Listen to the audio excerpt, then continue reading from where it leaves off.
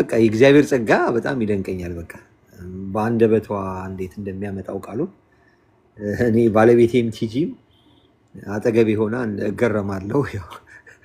ምንድን ነው እንደው ባድሎ ነው እንደ ጌታዊ የምትሰራው እላለሁ አንዳንዴ እነ ሄሉንና ቲጂን ሳይ እና ተባረኩ፣ በእውነት ያብዛላችሁ። ሌሎቻችሁም ሁሉ ብሪትዬም ሁላችሁም በዚህ ፕላትፎርም ላይ ያላችሁ ሁሉ ተባረኩ። ዛሬ እንግዲህ ጌታ በረዳን መጠን የተወሰነ ስለ ወንጌል ስርጭት ውስጣችን ያለውን ሼር ልናደርጋችሁ እናስባለን። ከቃሉ በፊት አጭር ጸሎት ጸልያለሁ። ቅዱስ አምላካችን ልዑል እግዚአብሔር ሆይ በጌታ በኢየሱስ ክርስቶስ ስም ስለዚህ ቀንና ሰዓት ሁሉ እጅግ አድርገን እናመሰግናለን። አንተ ጌታችን ነህ፣ አንተ አምላካችን ነህ። ዓለም ሳይፈጠር በጌታ በኢየሱስ ክርስቶስ የመረጥከን ያሰብከን፣ በሰማያዊ በረከት በመንፈሳዊ ጌታ ሆይ የባረከን ቅዱስ አምላካችን ልዑል እግዚአብሔር ሆይ በእውነት እናመሰግናለን፣ እናከብርሃለን፣ ከፍ ከፍ እናደርግሃለን። አንተ መልካም አምላክ ነህ ጌታ ሆይ። ለሰዎች ሁሉ ጌታ ሆይ የምታስበው ሀሳብ መልካም ነው ጌታ ሆይ። አንተን የምትሰማ ነፍስ ጌታ ሆይ የታደለች ነች። እኛም ከዛ ውስጥ እድሉ ደርሶናል። ስምህ ይባረክ። የእስራኤል አምላክ ልዑል እግዚአብሔር ሆይ በእውነት ጌታ ሆይ የመረጥካቸው እስራኤሎች እንኳን ጌታ ሆይ እድሉን አላገኙም በልባቸው ድንዳኔ የተነሳ። እኛ ግን እግዚአብሔር ሆይ ከእስራኤል ወገን ሳንሆን ጌታ ሆይ እድሉን ጌታ ሆይ አገኘን። እግዚአብሔር ሆይ ፍጹም ሰላምና ደስታ የሚሆነውን በመንፈስ ቅዱስ የሆነውን ያንተን ደስታን አገኘን። ይሄም ካንተ ሆኖልናል። ስምህ ይባረክ። እናመሰግንሃለን፣ እናከብረሃለን። አሁንም ደግሞ የእስራኤል አምላክ ልዑል እግዚአብሔር ሆይ ይህ ወንጌል የመጣው ጌታ ሆይ ብዙ ሰዎች ዋጋ ከፍለው እግዚአብሔር ሆይ ብዙ ህይወት ገብረው በመጋዝ ተሰንጥቀው በዘይት ተቀቅለው እግዚአብሔር ሆይ ለእኛ አድርሰዋል አባቶቻችን። እኛ ደግሞ እግዚአብሔር አባቴና አምላክ ሆይ እንደሚገባ ለዚህ ወንጌል ጌታ ሆይ እንድንሮጥ በኢየሱስ ክርስቶስ ስም ጌታ ሆይ ለእነሱ እንደሰጠኸው ያንን ጸጋ እንድታበዛልን በእውነት ገብቶን ጌታ ሆይ የልባችን አይኖች በርተው ጌታ ሆይ እንድናስተውል ጌታ ሆይ ለዚህ ወንጌል ጌታ ሆይ በሁሉም ነገር ጌታ ሆይ በፋይናንስ ቢሆን ጌታ ሆይ በአካል ቢሆን በተለያየ ነገር ጌታ ሆይ ለዚህ ወንጌል እንድንቆም በኢየሱስ ክርስቶስ ስም እንድትረዳን እለምንሃለሁ። ጸጋን አብዛልን በኢየሱስ ክርስቶስ ስም ጌታ ሆይ። እኔም ባሪያህን ጌታ ሆይ ይሄ የምናገረውን ያንተን ቃል እግዚአብሔር አባቴና አምላኬ ሆይ በእኔ በኩል ሆነ እግዚአብሔር ሆይ መናገር የሚገባኝን በእኔ በኩል እንድትናገር በኢየሱስ ክርስቶስ ስም እኔ ጋበዝኩ። እግዚአብሔር ሆይ በእውነት ስምህ ይባረክ። ክብርና ምስጋና ላንተ ይሁን በናዝሬቱ በኢየሱስ ክርስቶስ ጌታ ስም። በዚህ ያሉ ባሪያዎችን ባረኳቸው በጌታ በኢየሱስ ክርስቶስ ስም። የተባረኩ የሆኑ እግዚአብሔር አባቴና አምላኬ ሆይ በእውነት ጌታ ሆይ እየባረክ እንድትባርካቸው ጸልያለሁ። እግዚአብሔር ሆይ በእውነት አንተን በመፍራት እግዚአብሔር ሆይ በፊትህ ቀንና ማታ ሁሌም ሳይታክቱ በዚህ ስፍራ ላይ ጌታ ሆይ የሚለምንሁን የሚተጉትን ባሪያዎችን እነኚህ ባሪያዎችን ጌታ ሆይ አንተ እንደ ባለጸግነት መጠን ከላይ ከአርያም ጌታ ሆይ እንድትባርካቸው እለምንሃለሁ። የእስራኤል አምላክ ልዑል እግዚአብሔር ሆይ በዚህ ዘመን ጌታ ሆይ በዘመን መጨረሻ የሰው ልጅ ዳግም ሲመጣ እምነትን ያገኝ ይሆንን ብለህ እንደተናገርክ የእስራኤል አምላክ ልዑል እግዚአብሔር ሆይ እነሆ እነኚህ ባሪያዎች ጌታ ሆይ በአንተ ፊት ጌታ ሆይ ዘወትር እንዲቃትቱ እንዲለምኑ እንዲገኙ ጌታ ሆይ ጸጋህን ስላበዛላቸው እነሱም ፍቃዳቸውን ስለገለጡ በእውነት አመሰግናለሁ፣ እባርካለሁ። አሁንም ጌታ ሆይ ጸጋህን በእጥፍ እንድታበዛባቸው ጌታ እግዚአብሔር አባቴና አምላኬ ሆይ ተባርከው ለበረከት እንዲሆኑ በነገር ሁሉ እግዚአብሔር ሆይ አንተ ከነሱ ጋር እንድትሆን አባትና አምላኬ ሆይ እኔ ለመንኩ። ጌታ ሆይ በእውነት ስምህ ይባረክ። አመሰግናለሁ። ክብርና ምስጋና ላንተ ይሁን። በነገር ሁሉ ተመስገን። በናዝሬቱ በኢየሱስ ስም ጸለይኩኝ፣ አሜን። እሺ ወገኖቼ በእውነት ይሄ ቃል ላካፍል ስመጣ እናንተን ሳያችሁ እየገረመኝ ነበርና ምክንያቱም የወንጌል ስርጭትም ነው ይሄ ጸሎት። የወንጌል ስርጭት በጣም ሰፊም ነው እና እግዚአብሔር ይባርካችሁ። በእውነት ቀላል አይደለም እና ዛሬ የወንጌል ስርጭት የሚል ትንሽ ቃል ይዤ መጥቻለሁ እና በቃሉ ላይ ትንሽ እንድንል ፈልጋለሁ። የወንጌል ስርጭት የሚለው ትርጉሙ በሉሰን ጉባኤ በ1947 የወንጌል ስርጭት ምንድነው የሚለውን በትርጉም ደረጃ አስቀምጠው ነበረ እና በዛ ላይ ምን ብለው ነው ያስቀመጡት? የወንጌል ስርጭት ማለት መልካም ዜና በሚለው ነው። መልካም ዜና ወይንም የምስራች። ብዙ ጊዜ በእኛ ሀገር የምስራች በጣም የተለመደ ነው እና አንዳንድ ሰዎች የምስራች ሲባል ምስር ብላ ይላሉ እና ወላድ ስትወልድ የምስራች ገሊት ወለደች የምስራች እንዲሆኗል ተብሎ ያንን ዜና ይነገራል። ብዙ ጊዜ የምስራች መልካም ዜና ነው። መጥፎ ዜና በምስራች አይነገርም እና እዚህ ባለሁበት ሀገር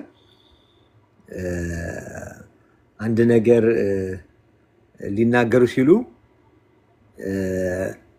ጉድ ኒውስ ወይንም ባድ ኒውስ ይላሉ። ባድ ኒውስ ከሆነ ባድ ኒውስ ነው፣ ጉድ ኒውስ ከሆነ ደግሞ ጉድ ኒውስ ነው እና ብዙ ጊዜ ነጮቹ ሊናገሩ ሲመጡ ጉድ ኒውስ አለኝ ይላሉ። ከዛ ጉድ ኒውስ ሲሉ ሰዎችም ደስ ብሏቸው ይሰማሉ። እውነትም ኒውሱም ጉድ ነው። ባድ ኒውስ ከሆነ ደግሞ ባድ ኒውስ አለኝ ይላሉ እና የኛ ጉድ ኒውስ ነው። እግዚአብሔር ስሙ ይባረክ። ይህን ጉድ ኒውስ ነው አባቶቻችን በተዋረድ ዋጋ ከፍለው ለእኛ ያመጡልን እና እኛም ደግሞ በዚህ መልካም ዜና በተባለው ተቋዳሽ አድርጎናል። እግዚአብሔር ስሙ ይባረክ። እንግዲህ የወንጌል ስርጭት ማለት መልካም ዜና ማለት ነው። ይህም ማለት ኢየሱስ ለኃጢአታችን እንደሞተ በመጽሐፍ እንደተጻፈ ከሙታን እንደተነሳ የክብር ጌታ በመሆን ኃጢአት ይቅርታና መንፈስ ቅዱስን በመስጠት የሚገኘው አርነት ንስሐ በሚገቡና በእርሱ በሚታመኑ ይሰጣል የሚለው መልእክትን ለምድር ሰዎች ማድረስ ማለት ነው።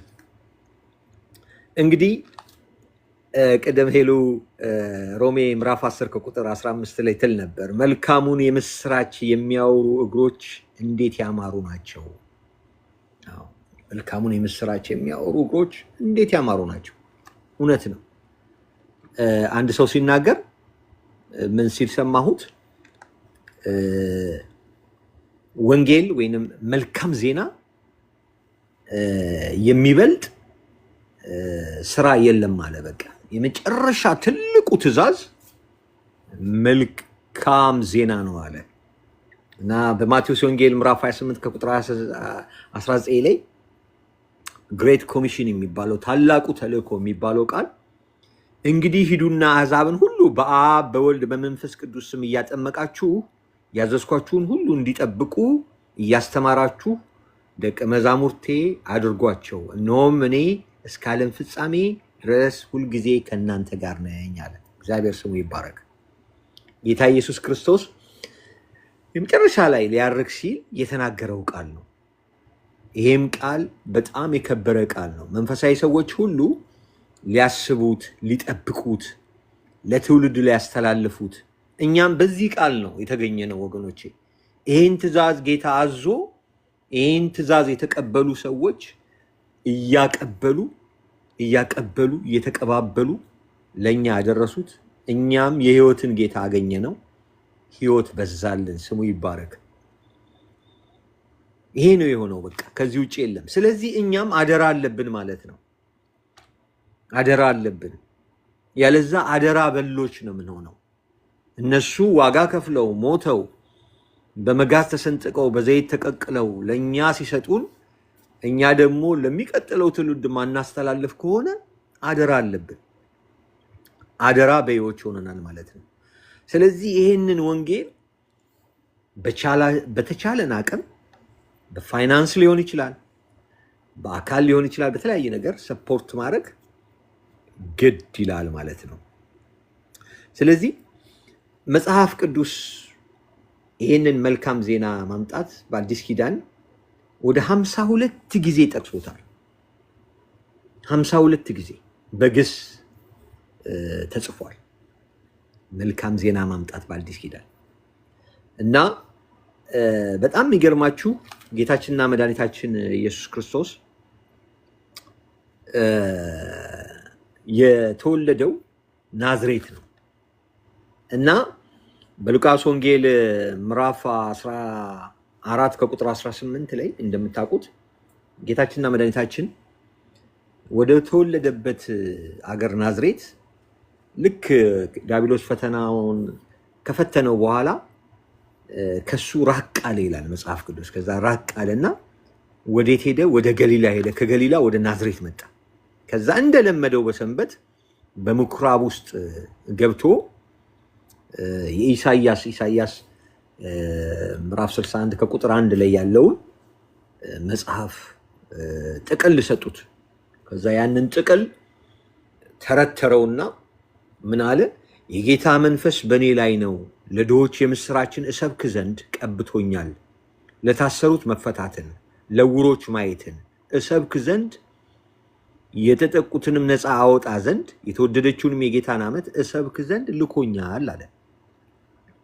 በቃ የጌታ ሚሽን ወገኖች ይሄ ነው። ጌታ የመጣው ለዚህ ነው። በጣም የሚገርመው ነገር ይሄንን ጥቅስ ሳነብ ብዙ ነገሮች ነው ወገኖች ያስተዋልኩት።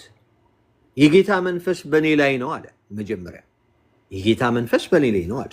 ከዛስ ለድሆች የምስራችን እሰብክ ዘንድ ቀብቶኛል። ወገኖቼ ገና እኛ ወደ ጌታ ከመምጣታችን እንደመጣው አካባቢ ድሆች የሚባሉ ሊትራሊ ድሆች ነበር የሚመስሉኝ።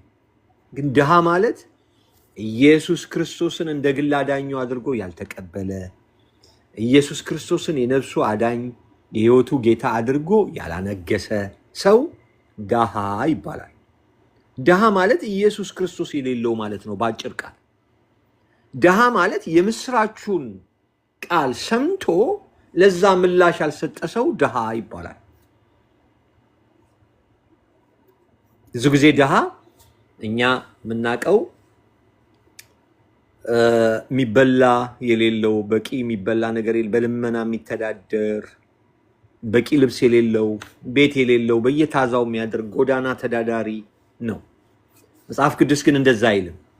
መጽሐፍ ቅዱስ በጣም የሚገርም ቤት፣ በጣም የሚገርም መኪና፣ በጣም የሚገርም አውሮፕላን፣ እዚህ ባለሁበት ሀገር ላይ ብዙ ሰዎች የግል አውሮፕላን አላቸው። የግል አውሮፕላን አላቸው። በግል አውሮፕላን የተለያየ ቦታ ይሄዳሉ። ግን ወገኖቼ እነኚህ ሰዎች መጽሐፍ ቅዱስ ኢየሱስ ክርስቶስን ካላገኙ ድሃ ነው የሚላቸው። አያችሁ፣ የጌታ ቃል ድሃ ብሎ የሚለው ጌታ የሌለው ሰው ነው። ስለዚህ ጌታ መጣና የጌታ መንፈስ በእኔ ላይ ነው፣ ለድሆች የምስራችን እሰብክ ዘንድ አለ፣ ቀብቶኛል አለ። መቀባት ማለት መሸው ማለት ነው። ታውቃላችሁ፣ ጌታ ኢየሱስ ክርስቶስ ተቀብቷል። ለዚህ ለታሰሩት መፈታትን አለ። ሰዎች የዚህ ዓለም ገዢ፣ በዚህ ዓለም ገዢ ታስረዋል። ኤፌሶን ምዕራፍ 2 ላይ እንደሚለው ቃሉን ባነበው ደስ ይለኛል። ኤፌሶን ምዕራፍ 2 ላይ በበደላችሁና በኃጢአታችሁ ሙታን ነበራችሁ፣ በእነርሱም በዚህ ዓለም እንዳለው ኑሮ በማይታዘዙ ልጆች ላይ አሁን ለሚሰራው መንፈስ አለቃ እንደሆነው በአየር ላይ ስልጣን እንዳለው አለቃ ፍቃድ በፊት ተመላለሳችሁባቸው አለ። እንግዲህ ወገኖቼ እኛ ሁላችን ይላል፣ እኛ ሁላችን፣ ጳውሎስ ነው እንደዛ የሚለው። ጳውሎስ እኛ ሁላችን የልባችንና ምን ይላል? ለአንብበው ከእንደገና በበደላችሁና በኃጢአታችሁ ሙታን ነበራችሁ፣ በእነርሱም በዚህ ዓለም እንዳለው ኑሮ በማይታዘዙ ልጆች ላይ አሁን ለሚሰራው መንፈስ አለቃ እንደሆነው በአየር ላይ ስልጣን እንዳለው አለቃ ፍቃድ በፊት ተመላለሳችሁ። በእነዚያም ልጆች መካከል እኛ ሁላችን ደግሞ የስጋችንና የልቦናችንን ፍቃድ እያደረግን በስጋችን ምኞት በፊት እንኖር ነበረ፣ እንደ ሌሎቹም ደግሞ ከፍጥረታችን የቁጣ ልጆች ነበርን ይላል። ወገኖቼ እንግዲህ ጌታ እንዴት እንዳወጣን ተመልከቱ። ጌታ ምን እንደሚል፣ ለታሰሩት መፈታትን ማለት ይሄ ነው።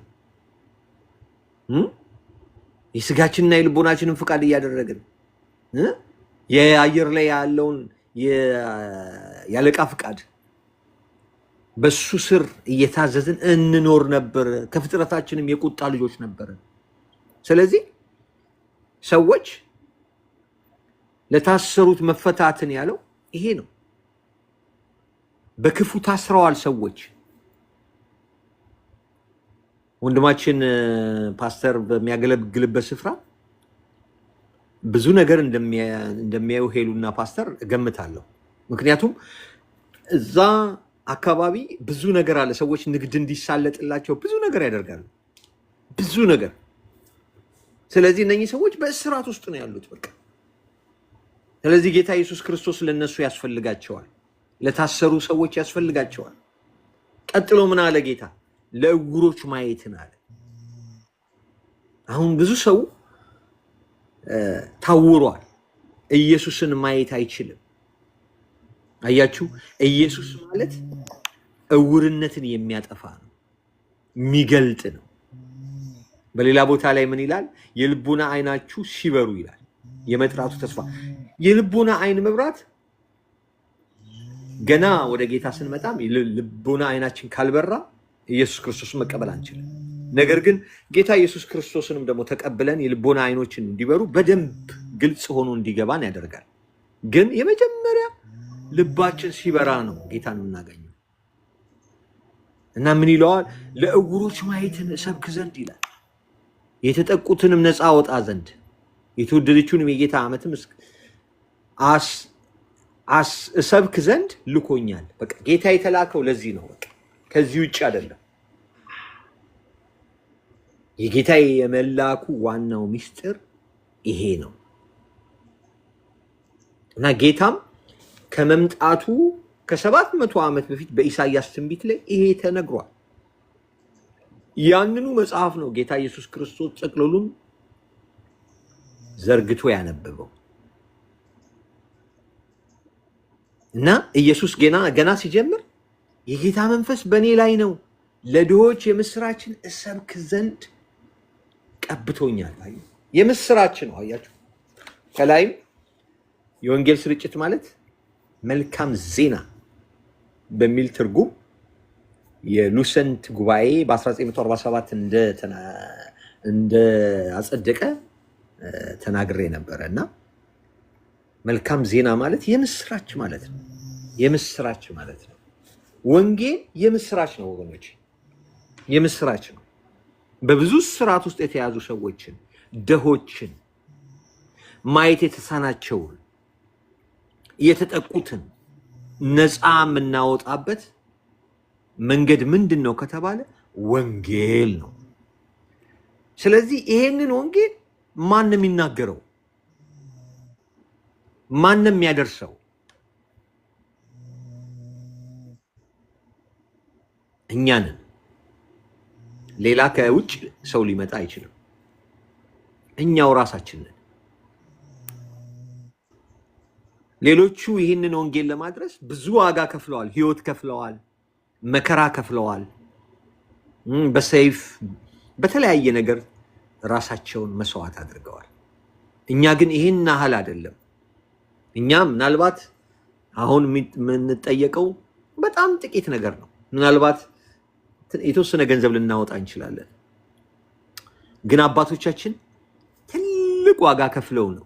በአሁን ሰዓትም ለምሳሌ በኢራን ሀገር ውስጥ ሰምታችሁ ከሆነ ወደ 50,000 ቸርቾች ተከፍተዋል አሉ። ኢራን ሀገር ውስጥ ያለው መጀመሪያ ወንጌል የጀመረው ፓስተር አይኑን በመርፌ ነው ወቅተው ያሳወሩት። በመርፌ ወቅተው አሳወሩት። ግን እዩ፣ ይሄ ፓስተር ዋጋ ከፈለ። ዛሬ 50,000 ኢራን ውስጥ፣ ኢራን ማለት የእስላማዊ ሀገር ናት፣ 50,000 ቸርች ደረሱ። ቻይና ውስጥ ያሉ ክርስቲያኖችን፣ ህንድ ውስጥ ያሉ ክርስቲያኖችን ሲሰማ በጣም ያስገርማል። በእውነት በጣም ነው የሚያስገርመው። እግዚአብሔር እንዴት እንደረዳቸው፣ እንዴት ወንጌል እንደሚሰብኩ፣ እንዴት መስዋዕት እንደሚሆኑ። እንደውም አንድ ሰው ሲናገር ሰምቼ ነበር አንድ ጊዜ። ወንጌል ቻይና ሀገር ለመስበክ ሄዶ ሰውየው አንደርግራውንድ ነው የሚሰበከው ወገኖች። እንደኛ ሀገር በፊት ለፊት አይደለም። ወይም እንደ ሌሎች ሀገር አይደለም እና አንደርግራውንድ ሊያገለግል ሄዶ እባካችሁ አሁን ልጸልይላችሁ ፈልጋለሁ፣ ነፃ እንድትወጡ በመንግስት እውቅና እንድታገኙ እፈልጋለሁ ሲል የቤተክርስቲያኑ ሽማግሌ ቶቶቶ እንዳትጸልይልን አለኛል። ምን ነው እናንተ ነፃነት አግኝታችሁ ጠፋችሁ፣ እኛ እንድንጠፋ አንፈልግም፣ መከራውን እንፈልገዋለን። እኛ መከራ ሲበዛ የጌታ ጸጋ ስለሚበዛልን መከራውን እንፈልገዋለን አለኝ አለ እና ይሄንን ሲመሰክር ሰማሁ ወገኖቼ። እና መከራ የጌታ መከራ ሲበዛ ጌታ ጸጋውን ያበዛል። ያለ እግዚአብሔር ጸጋ ደግሞ ወንጌል ከባድ ነው ወገኖቼ።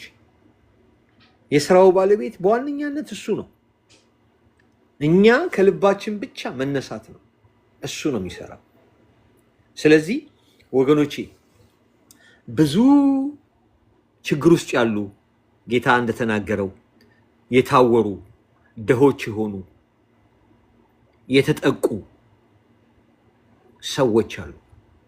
እነኛን ሰዎች መታደግ አለብን። እኛ ማንታደጋቸው ከሆነ ሌላ ማንም ሊታደጋቸው አይችልም። ጌታ እኛን ያዘጋጀው ለዚህ ስራ፣ እኛን ነው የሚጠብቀው ጌታ። እኛ እንድንሄድ ጌታ ይፈልጋል። እኛ የጌታ እጆች መሆን አለብን። እኛ የጌታ እግሮች መሆን አለብን። ሌላ ማንም ሊመጣ አይችልም። ወንጌል ለመሆኑ የምንለው እንዴት ነው?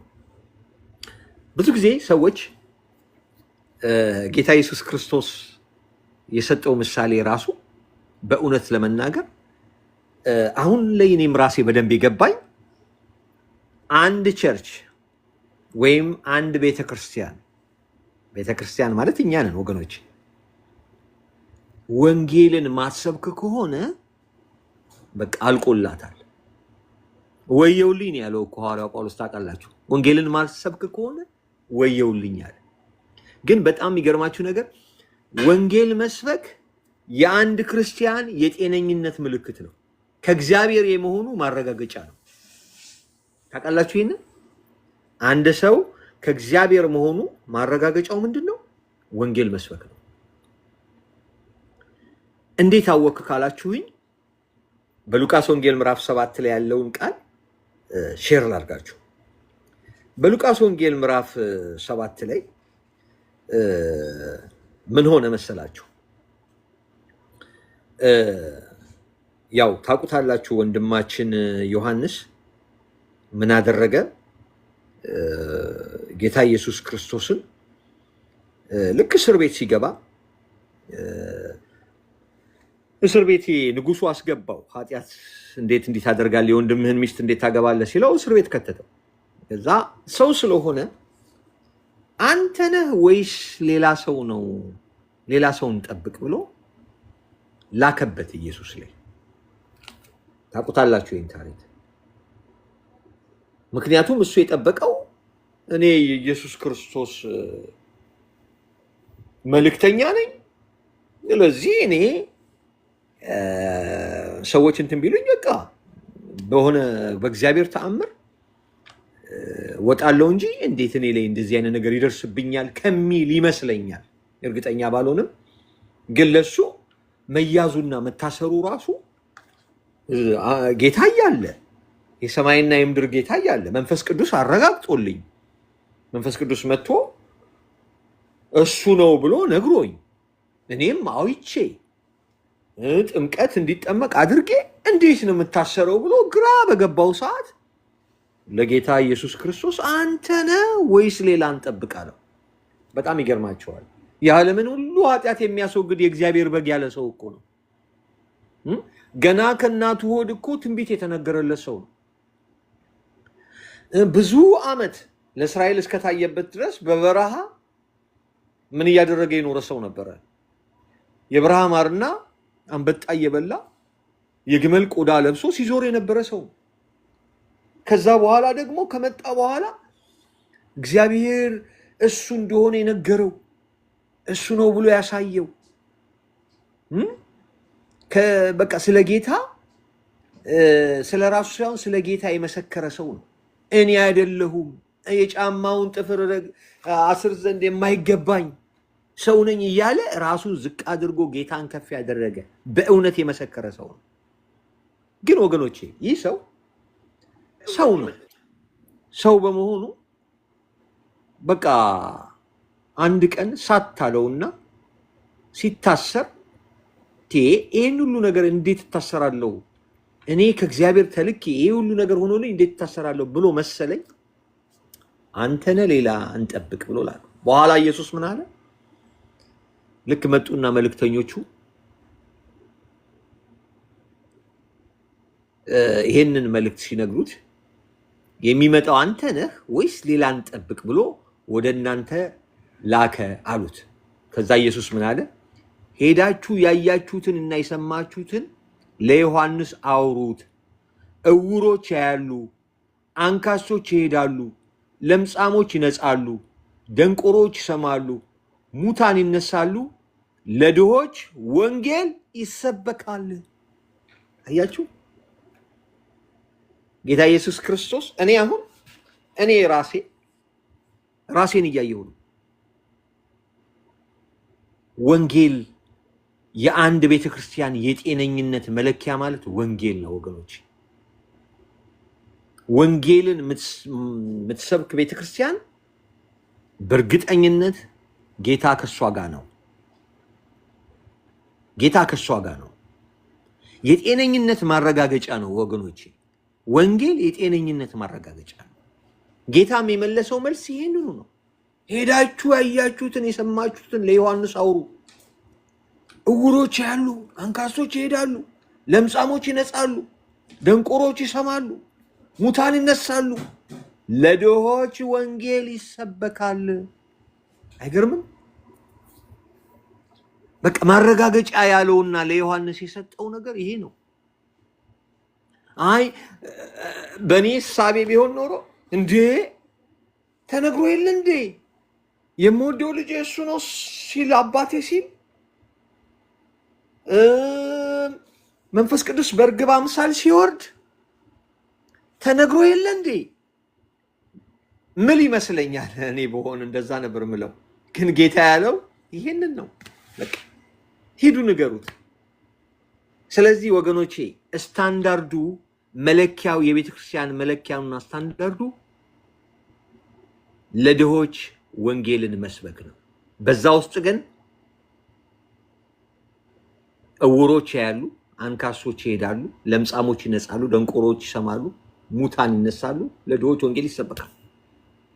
ወንጌል ሲሰበክ እነኚህ ነገሮች አብረው የሚሄዱ ናቸው ወገኖች። በድንቅና በተአምር ነበር ኢየሱስ ክርስቶስ ወንጌልን የሚሰብከው።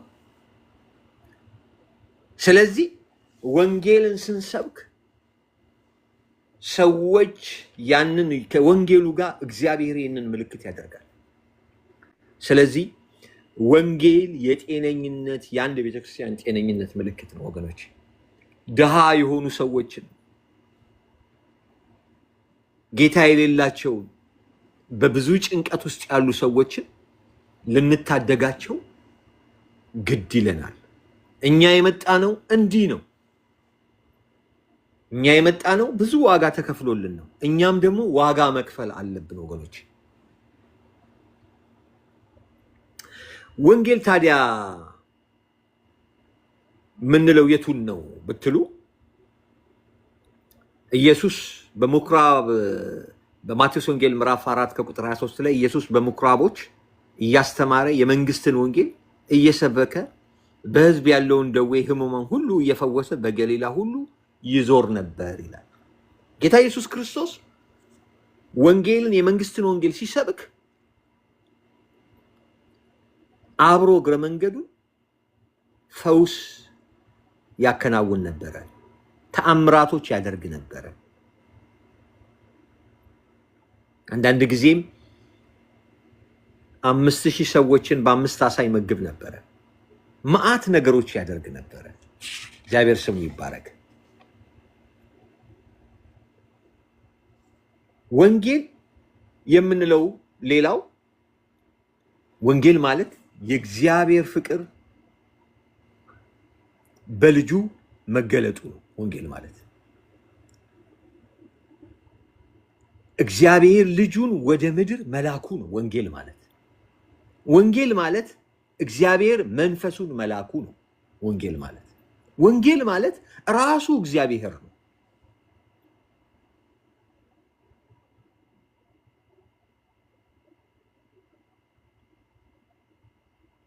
ወንጌል ማለት ራሱ ኢየሱስ ነው። በሮሜ ምዕራፍ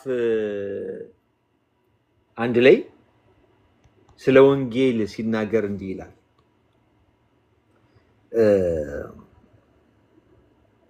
ሮሜ ምዕራፍ 1 ከቁጥር 3 ላይ ይህም ወንጌል በስጋ ከዳዊት ዘር ስለተወለደው እንደ ቅድስና መንፈስ ግን ከሙታን መነሳት የተነሳው በኃይል እግዚአብሔር ልጅ ሆኖ ስለተገለጠው ስለ ልጁ ነው፣ እርሱም ጌታችን ኢየሱስ ክርስቶስ ነው ይላል። ወንጌል ማለት ራሱ ኢየሱስ ነው። ወንጌል የግል ነው። ሰዎች ሁሉ በግላቸው የሚወስኑበት ነው ወገኖች። ሁለት ሰዎች ብታገኙ መንገድ ላይ አንደኛው ጌታን ሊያገኝ ይችላል፣ አንደኛውን ቢሊል ይችላል። እያንዳንዱ ሰው ግን በግሉ የሚወስንበት ነው ወንጌል ማለት።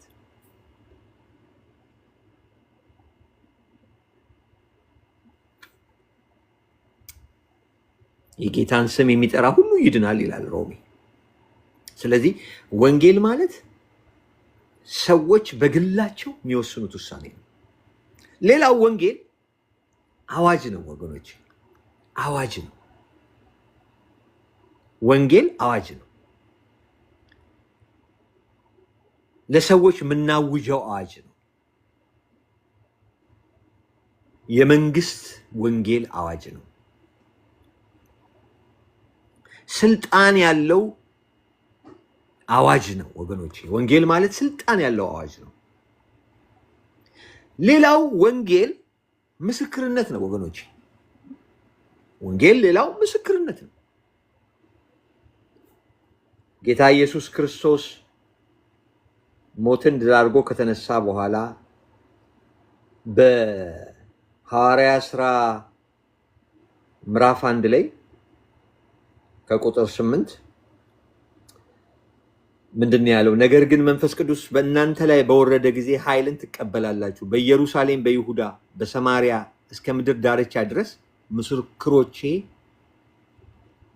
ምስክሮቼ ትሆናላችሁ አለ።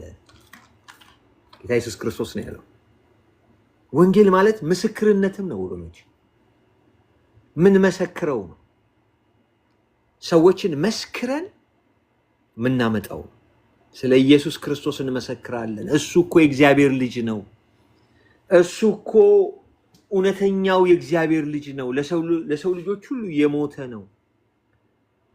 በስሙ የኃጢአትን ስርየት ለሰው ልጆች ሁሉ ያደረገው እሱ ነው። እሱ መንገድ ነው። እሱ እውነት ነው። እሱ ሕይወት ነው። በእሱ በስተቀር ወደ አብ መግባት አይቻልም ብለን ለሰዎች ምን መሰክረው ምስክርነት ነው ወንጌል ወገኖች።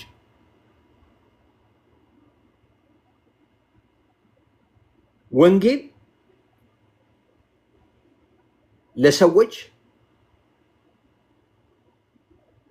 ምንነግረው ታላቅ የምስራች ነው። ታላቅ የምስራች ነው። ታላቅ የምስራች ነው። ሌላው ወንጌል ለሰዎች ስንናገር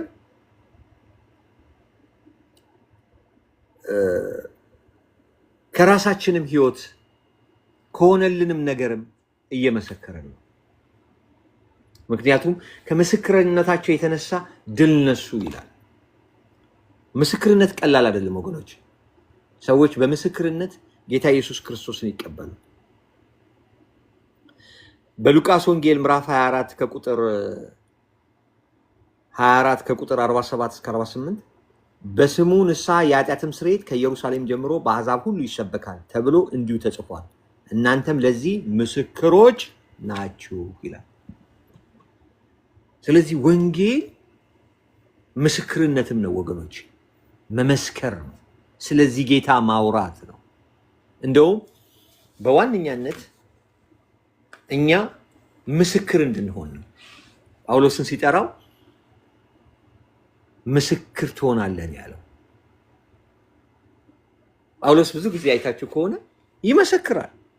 በቃ ወደ ደማስቆ ሲሄድ በመንገድ ላይ እየሄድኩኝ በጣም የሚገርመኝ ነው። የሐዋርያት ሥራን ሳነብ 3 ጊዜ ነው ለሰዎች ሰብስቦ የተናገረው። ከሰማይ ብርሃን፣ ታላቅ ብርሃን ታየኝ፣ አይኔ ታወረ። ከዛ በቃ እየተንቀጠቀጥኩና እየተደነቅኩኝ አይኔ ታውሮ እንደዚህ 3 ቀን ሙሉ አናንያ የሚባል ሰው ጋር እንዲህ ተብሎ በጣም ይገርማል። በገላትያ ላይ ምን ይላል ጳውሎስ ይህን ሲገልጽ? ይህንን ድምፅ በሰማው ጊዜ ከስጋና ከደም ጋር አልተማከርኩም ይላል። በቃ ኢየሱስ መሰከረለት ራሱ።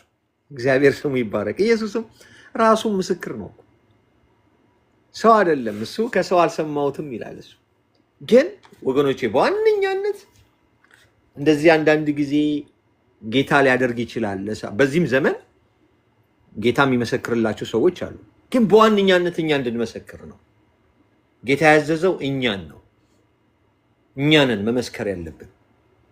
ግን አንዳንድ ጊዜ ጌታም ጣልቃ ገብቶ የሚመሰክርበት ቦታ አለ ለማለት ነው። ለመሆኑ ወንጌል በመጀመሪያ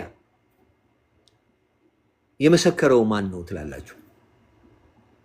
መጽሐፍ ቅዱሳችን እንደሚናገረው መጽሐፍ ቅዱስ በመጀመሪያ ወንጌልን የሰበከው እግዚአብሔር ነው።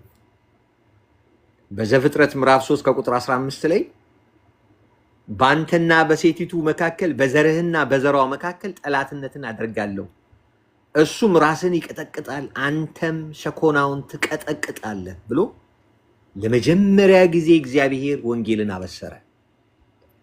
ይሄ ጌታችን ከመምጣቱ ቢያንስ 5000 ዓመት ሊሆን ይችላል። ከ5000 ዓመት በፊት ወንጌል እግዚአብሔር የሰበከው ወንጌል ማለት ይሄ ነው። በአንተና በሴቲቱ ዘር መካከል ጠላትነትን አደርጋለሁ፣ አንተም ሸኮናውን ትቀጠቅጣለህ፣ እሱም ራስን ይቀጠቅጣል የተባለው ስለ ወንጌል ነው ወገኖች። ስለዚህ ወንጌል ለፍጥረት ሁሉ አስፈላጊ ነው ወገኖች።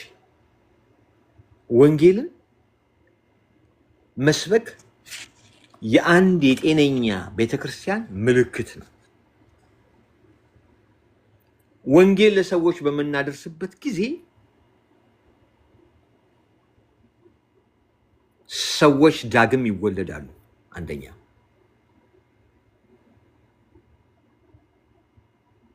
ሁለተኛ ደስታ፣ እድገት ይኖራቸዋል። ሶስተኛ የኑሮ መቀየርና መሻሻል ያገኛሉ። አራተኛ ከነርሱ የተነሳ ህብረተሰቡ ይታደሳል፣ የምድር ጨው ይሆናሉ። በአካባቢዎቻቸው ሁሉ ሰዎቹ ወንጌልን ከማግኘታቸው የተነሳ ተወዳጆች፣ ጣፋጮች ይሆናሉ። አምስተኛ እርካታን ያገኛሉ በህይወታቸው። ወገኖቼ ሰዎች ምን ያህል ገንዘብ ቢኖራቸው፣ ምን ያህል ሀብታም ቢሆኑ ጌታ ኢየሱስ ክርስቶስ ከሌላቸው ባዶ ናቸው፣ እርካታም የላቸውም። ወንጌልን ያገኘ ሰው ግን፣ ኢየሱስ ክርስቶስን ያገኘ ሰው ግን እርካታው ኢየሱስ ነው፣ ደስታውና ሰላሙ ኢየሱስ ነው። ስለዚህ ወገኖቼ ወንጌል ባልሰብክ ወየውልኝ ብሎ ጳውሎስ እንዳለው እኛም ማለት አለብን። ወንጌል የሁላችንም ስራ ነው። በአቅማችን በምንችለው አቅም ወንጌልን መስበክ ያስፈልገናል። ምክንያቱም እኛ ዛሬ ላይ ወንጌል እነኛ አባቶቻችን ሞተው ዋጋ ከፍለው ባያመጡ ኖሮ እኛ ይህንን ወንጌል አናገኝም ነበር። ይህን ሰላም አይኖረንም ነበር። ይሄ ደስታ አይኖረንም ነበር። ተስፋ አይኖረንም ነበር። ተስፋን የሰጠን የታመነ ነው። እግዚአብሔር ስሙ ይባረክ። እኛ ተስፋ አለን። ሀገራችን በኢየሩሳሌም ነው። ስለዚህ ወገኖቼ ይህንን እኛ እንዳገኘ ነው ንፉግ እንዳንሆን እኛ ያገኘነውን ጥቅም ሰዎች እንዳያገኙ ችላ ማለት የለብንም። በተቻለን መጠን ይህንን ወንጌል ለትውልድ ሁሉ ማድረስ አለብን። ጌታ ይባርካችሁ። በጽሞና ስለሰማችሁኝ ተባረኩ። ይሄን ያለኝ መልእክት ተባረኩ። ኤፍዬ በእውነት ጌታ ኢየሱስ ክርስቶስ ዘመንህን ይባርከው። ብሩኩን በጣም ሳውንድ የሆነ በአጭር ጊዜ ሰፊ ዝግጅት ያደረክበት መልእክት ነው እና ያቀረብከው። እግዚአብሔር ዘመንህን ይባርከው። እንግዲህ ማስተማር ነው ጸጋ። በተቀናጀ መልኩ ብዙ ማስረጃዎችን አጠናክረ በዚህ በአጭር ጊዜ ለእግዚአብሔር ቃል ያለን ኮሚትመንት በሚያሳይ መልኩ ነው ያቀረብከውና እግዚአብሔር ዘመንን ይባርክ። በጣም ደስ የሚል መልእክት ነው። እንግዲህ የሚሰማ ጆሮ ያለው ይስማ። ጊዜያችንን፣ ችሎታችንን፣ ጸጋችንን፣ ገንዘባችንን፣ ትዳራችንን፣ ቤታችንን ለዚህ ወንጌል ሰጥተን በተሰጠ ማንነት ልናገለግል ይገባል። ጥናቶች እንደሚያሳዩት ተሰጥተው ወንጌልን የሚያገለግሉት 5% ብቻ ናቸው። 20% አገልጋይ ያለ ይባላል። 5% ብቻ ነው ዲቮትድ ሆኖ ወንጌልን የሚያገለግለው። የዘላለም ሕይወት በጸጋ ነው። ለዳነ ሰው ደግሞ አክሊል በአገልግሎት ነው። ስለዚህ የዘላለምን ሕይወት በደስታ ስናገኝ ያለ አክሊል ደግሞ በጌታ ፊት እንዳናፍር፣ እንዳንሸማቀቅ፣ የተሰጠንን መክሊት እንዳንቀብር ባላችሁበት አጥቢያ ቤተክርስቲያን፣ ባላችሁበት መንደር ህብረት ሁሉ ነገራችሁን ሰጥታችሁ እንድታገለግሉ በጌታ ፍቅር አበረታታችኋለሁ። በጣም ሳውንድ የሆነ መልእክት ነው። በእውነት ሪፍሌክት አድርጉ ቢባል ሁላችሁም ብዙ የምትሉት ነገር አለ። የዚህን የፊታችን ቅዳሜ የወንጌል ስርጭት በመርካቶ ዙሪያ የምናደርገውን የወንጌል ስርጭትን ምክንያት በማድረግ የተዘጋጀ ለየት ያለ ፕሮግራም ነው። ጸሎት ኦልሬዲ ወንጌል ነው ብሎ ሲናገር ነበር። እዚህ ጌታን የሚቀበሉ ሰዎች አሉ እና ጌታ ኢየሱስ ዘመንህን ይባርክ። በጣም ደስ ብሎኛል። ቲጂዬ እንግዲህ የምትናገሪው ነገር ካለ አርጊና ጸልየሽ ከዛ ዝማሬ ደግሞ እንሰማለን። ገስት ላይ የሚመጡ ሰዎችን ሰላም እንላቸዋለን። ተባረኪልኝ። በሰማነው ቃል ጸልይ።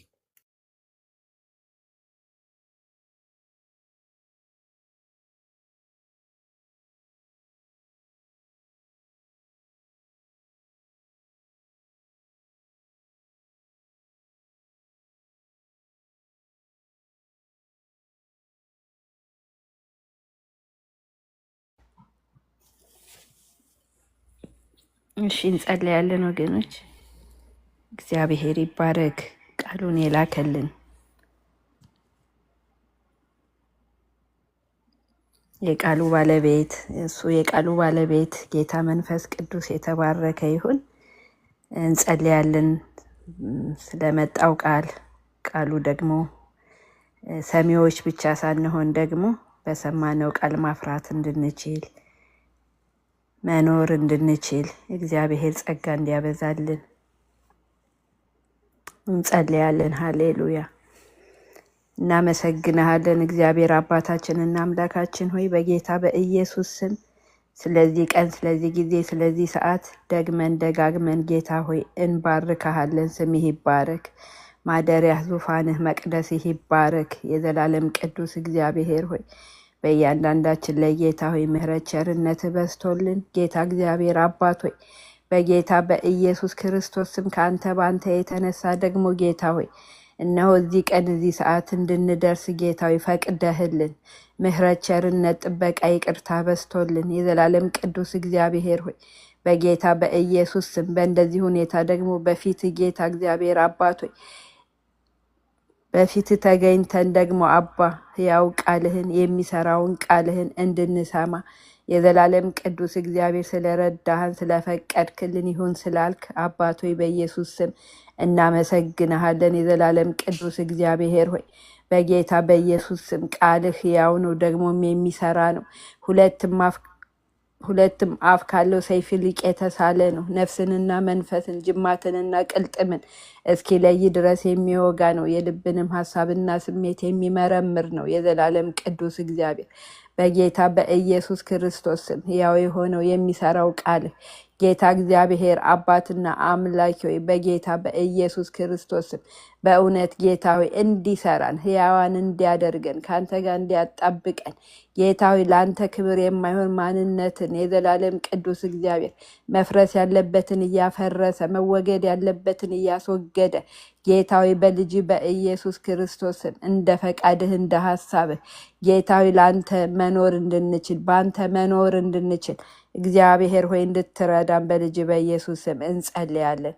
የዘላለም ቅዱስ እግዚአብሔር ሆይ የወንጌልን ስራችን እንድንል ጌታ እግዚአብሔር አባቱ እኛን አንተ ቀድመ ስታድነን ስትታደገን ስታስመልጥ ስትናጠቀን የዘላለም ቅዱስ እግዚአብሔር አባቱ ከበረት ውጭ ላሉ ደግሞ ጌታ እንድንደርስ የዘላለም ቅዱስ እግዚአብሔር ሆይ ይህንን የምስራች ይህንን እግዚአብሔር ሆይ የሰራኸውን ድንቅ ስራ የዘላለም ቅዱስ እግዚአብሔር ሆይ እንድናበስር እንድናውጅ እንድንናገር በነገር ሁሉ ጌታ እንድንዘረጋ የዘላለም ቅዱስ እግዚአብሔር ሆይ በልጅ በኢየሱስ ክርስቶስ ስም እንድትረዳን እንጸልያለን። አባቶቻችን ዋጋ የከፈሉበት ጌታ ኢየሱስ የእግዚአብሔር ልጅ ሆይ አንተ ክብርህን ጥለህ የወረድክበት የተዋረድክበት ነፍስህን እስክትሰጥ ድረስ የወደድከን ጌታ ኢየሱስ የእግዚአብሔር ልጅ ጌታ ሆይ እንድትረዳን አባትና አምላክ እግዚአብሔር እኛም በሙሉ መሰጠት ጌታ ሆይ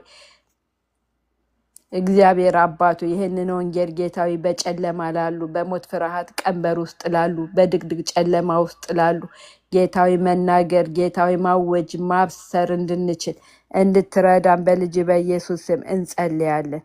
አባትና አምላክ እግዚአብሔር ሆይ በናዝሬቱ በጌታ በኢየሱስ ክርስቶስ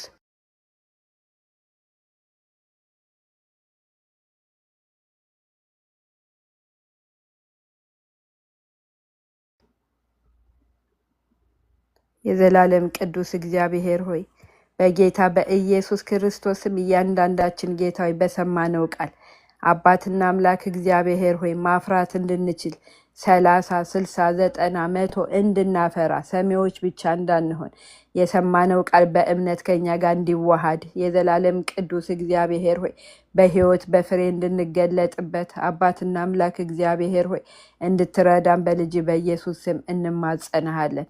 ጌታ ሆይ ሰራተኞች እንድታደርገን የዘላለም ቅዱስ እግዚአብሔር ሆይ የጨከን የተሰጠን የተሰዋን እንድንሆን በጌታ በኢየሱስ ስም ተማጸንህ። ጌታ እግዚአብሔር አባት ሆይ በጌታ በኢየሱስ ስም ቃልህንም ይዞ ለመጣው ለወንድማችን ጸጋ እንድታበዛለት እግዚአብሔር አባት ሆይ ከዚህ በበለጠ የቃልህን መገለጥ የቃልህን ፍቺ እንድታበራለት በልጅ በኢየሱስ ስም እንጸልያለን። አባትና አምላክ እግዚአብሔር ሆይ ስለ ሁሉ እናመሰግንሃለን፣ ስለ ሁሉ እናከብረሃለን።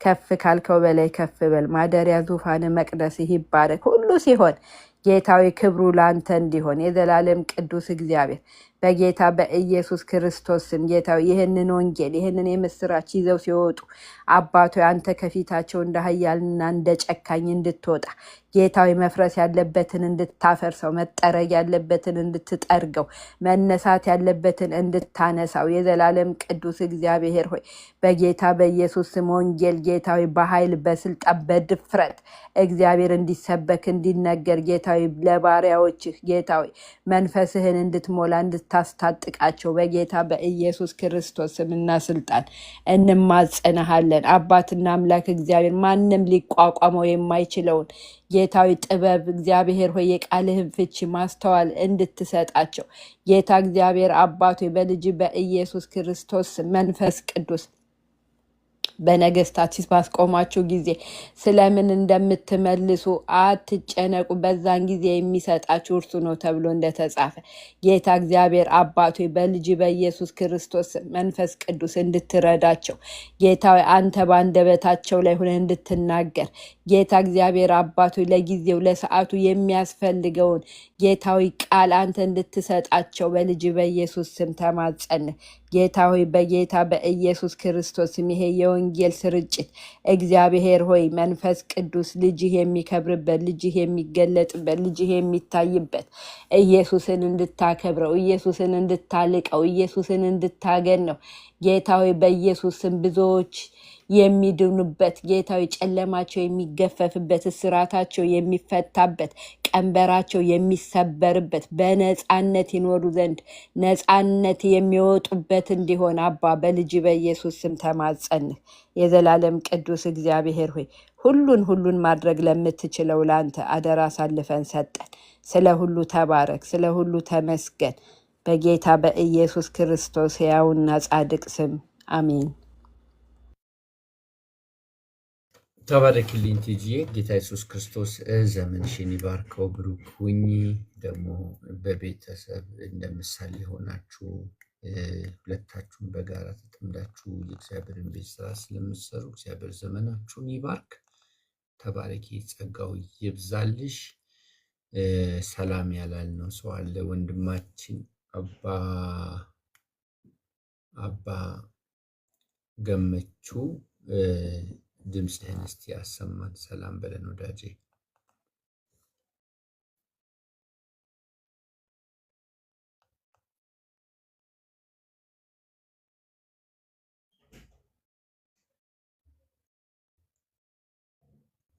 እሺ አባ ገመቹ አልተመቸውም መሰለኝ። ሳይዳዬ ዝማሬ ትችያለሽ መዘመር?